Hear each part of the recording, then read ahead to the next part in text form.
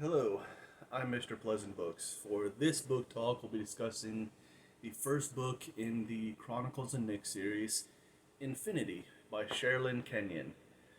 This is one of the best series, actually, that I've read in a long time. And the book itself is amazing.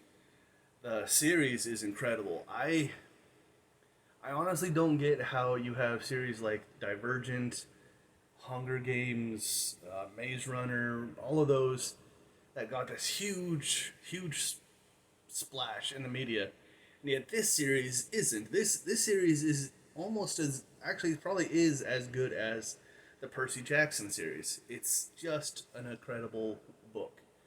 I would absolutely recommend it for anybody who wants to read it. Yeah, it's a YA novel, but it is still really good. Like I said, Percy Jackson level of good. It's just that great. Okay, so what is the book about? It covers the life of Nick Gaucher.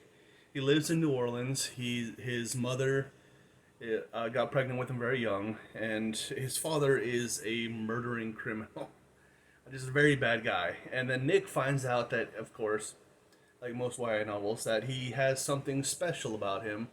Only it's not a good special precisely.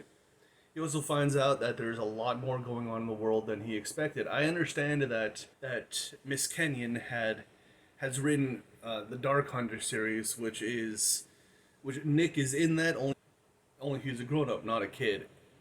But it seems like people liked his character so much that Sherrilyn Kenyon decided to write a series about him and where his life started and how he became who in that Dark Hunter series. Now, I haven't read any of the Dark Hunter yet, so I can't say yes or no about that. But this series is just really good. The book is just fantastic. I believe that's all I can say without getting into spoilers. So from here forward, there will be spoilers. Just letting you know. All right, bye. So, the Chronicles of Nick, Infinity. First, it starts off. He does have he does have a sarcastic attitude. He doesn't let people push him around. He's willing to take insults, kind of, to himself, but you go after his mom, not a chance. He will fight you to the death for his mom. He loves her very much, which is really cool to see a kid who loves his mom that much. And then, he's going to the prestigious school in New Orleans, the one where all the rich kids go to, even though he's very poor.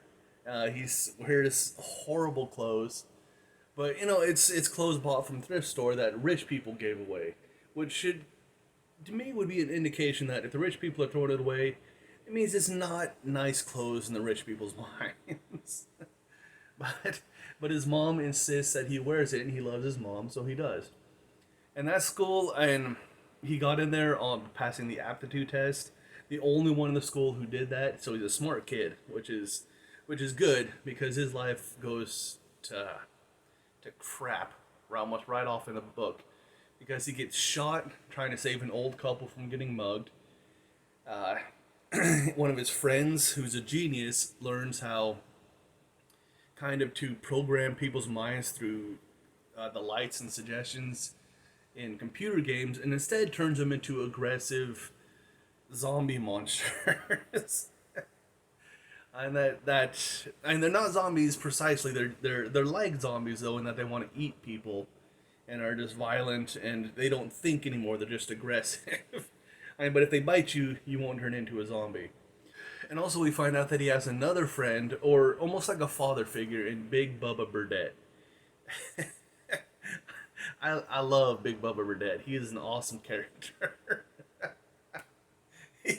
He and his friend Mark go out into the swamps in New Orleans to hunt zombies, werewolves, all these things, because they exist in this world, only they're not very good at getting them, mainly because all of these supernatural beings are faster and are stronger and are just better at hiding than Big Bubba Burdette and Mark are, because Mark and Bubba are just regular humans. They're smart. Bubba is super smart. His shop is a computer repair and gun shop. If he can't fix your problem one way, he'll fix it another. And so Bubba helps him try to figure out how to defeat the zombies, and also helps Mad Dog, who everyone calls Mad Dog, to fix a computer game so that they can rewire the people's brains to get them back to being normal students, normal people like they should have been. One way they find out, though, is that if you shock them with like a cattle prod or a stun gun, it will rewire their brain and allow them to turn back into who they were.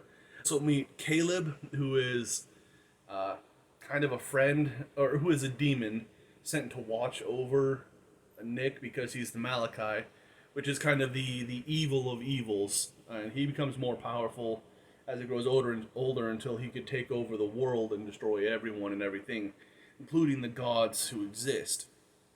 And Caleb is sent to watch over him to help him not die at a young age, to help him get older so that his father, who is the current Malachai, can kill him and take his power and become even stronger.